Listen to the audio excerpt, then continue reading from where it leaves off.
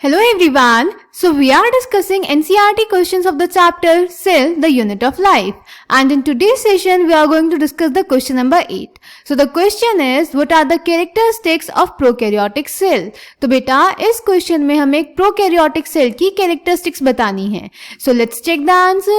तो बेटा prokaryotic cell वो सेल होता है जिसका जो न्यूक्लियस होता है वो वेल डेवलप्ड नहीं होता. इसके नाम से ही हमें पता चल रहा है. प्रो यानी प्रिमिटिव और कैरियोटिक यानी कैरियन यानी न्यूक्लियस यानी प्रिमिटिव न्यूक्लियस. ठीक है, तो प्रोकैरियोटिक सेल्स वो सेल्स होते हैं जिनका न्यूक्लियस वेल डिफाइंड नहीं होता, प्रिमिटिव होता है, उसमें न्यूक्लियर मेम्ब्रेन एब्सेंट होती है. ठीक है, देन बेटा प्रोकैरियोट्स के पास सेल वॉल होती है जो उनकी सेल मेम्ब्रेन के चारों तरफ प्रेजेंट होती है, यानी प्रोकैरियोट्स के पास सेल मेम्ब्रेन भी होती है और सेल वॉल भी होती है, एक्सेप्ट इन माइकोप्लाज्मा.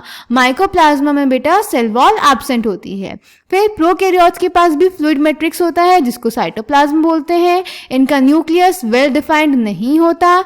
इनके पास जेनेटिक मटेरियल होता है जो कि नेकेड होता है, यानी न्यूक्लियर मेम्ब्रेन से सराउंडेड नहीं होता.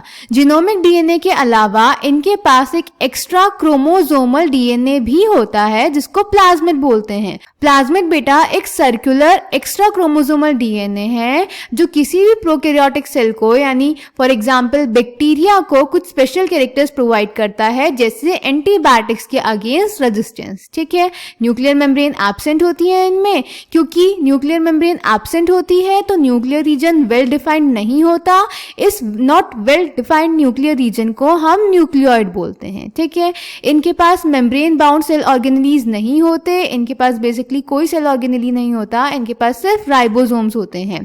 इनका एक स्पेशल फीचर है, इनके पास इंक्लूजन्स होते हैं जो कि इनका रिजर्व मटेरियल स्टोर करते हैं. इनकी मेम्ब्रेन्स कुछ इनफोल्डिंग शो करती हैं जिन्हें मीजोसोम बोलते हैं, जो कि लेमेला की फॉर्म में भी हो सकती हैं, टिब्यूल की फॉर्म में भी हो सकती हैं और वेसिकल की फॉर्म में भी हो सकती हैं. ये हमने क्वेश्चन नंबर 5 में देखा था मीजोसोम के बारे में. मीजोसोम क्या होती हैं और उनका क्या फंक्शन होता है. ठीक है, तो ये होता है बेटा आपका prokaryotic cell. So answer number 8 is the prokaryotes have a cell wall surrounding the cell membrane except in mycoplasma.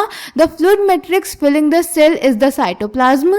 There is no well-defined nucleus. The genetic material is basically naked, not enveloped by a nuclear membrane. In addition to the genomic DNA, the single chromosome or circular DNA, many bacteria have small circular DNA outside the genomic DNA. These smaller DNA are called plasmids. The plasmid DNA confers certain unique phenotypic characters to such bacteria. One such character is resistance to antibiotics. Nuclear membrane is absent. The nuclear region of the cell may be poorly defined due to the absence of a nuclear membrane. Such an undefined nuclear region containing only nucleic acids is called a nucleoid. No organelles like the ones in eukaryotes are found in prokaryotic cells except for ribosomes. Prokaryotes have something unique in the form of inclusions. A specialized differentiated form of cell membrane called mesosome is the characteristic of prokaryotes. They are essentially enfoldings of cell membrane.